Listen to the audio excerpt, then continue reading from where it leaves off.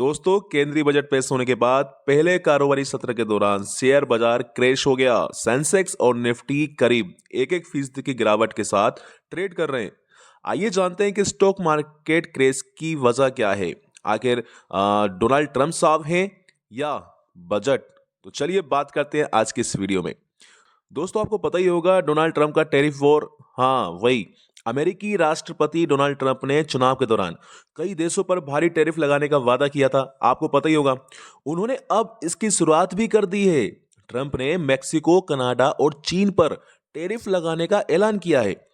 Mexico और Canada से आने वाले सामानों पर 25% टैरिफ लगेगा और वहीं चीन के लिए 10% का टैरिफ लगाने का फैसला किया गया है। तो भैया, ट्रंप के फैसले से दुनिया भर टैरिफ वॉर की आशंका छिड़ गई है।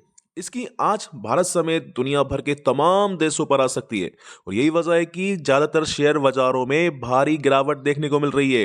अब देखते हैं कि भैया ट्रंप के टैरिफ वॉर का भारत पर भी कितना असर पड़ेगा। ट्रंप के टैरिफ वॉर का दुनिया भर की ज्यादातर बड़ी अर्थव्यवस्थाओं पर असर पड़ने की आशंका है।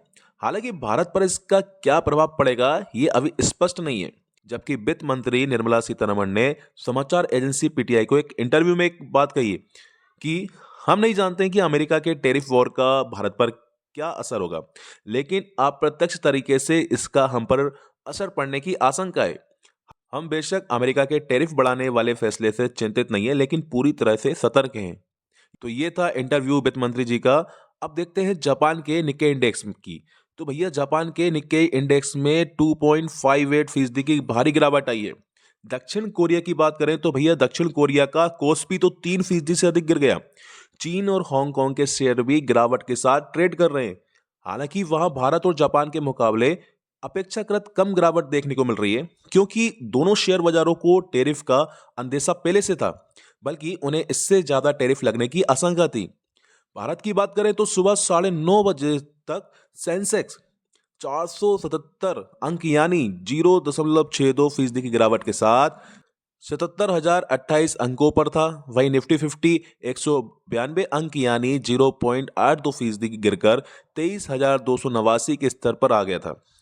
दोस्तों, आपको क्या लगता है कि क्या बजट से भी निराश दिख रहा है बाजार?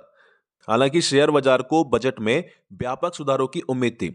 वित्त मंत्री निर्मला सीतारमण ने 12 लाख रुपए तक की आय को टैक्स फ्री करके मिडिल क्लास को एक बड़ी राहत दी है।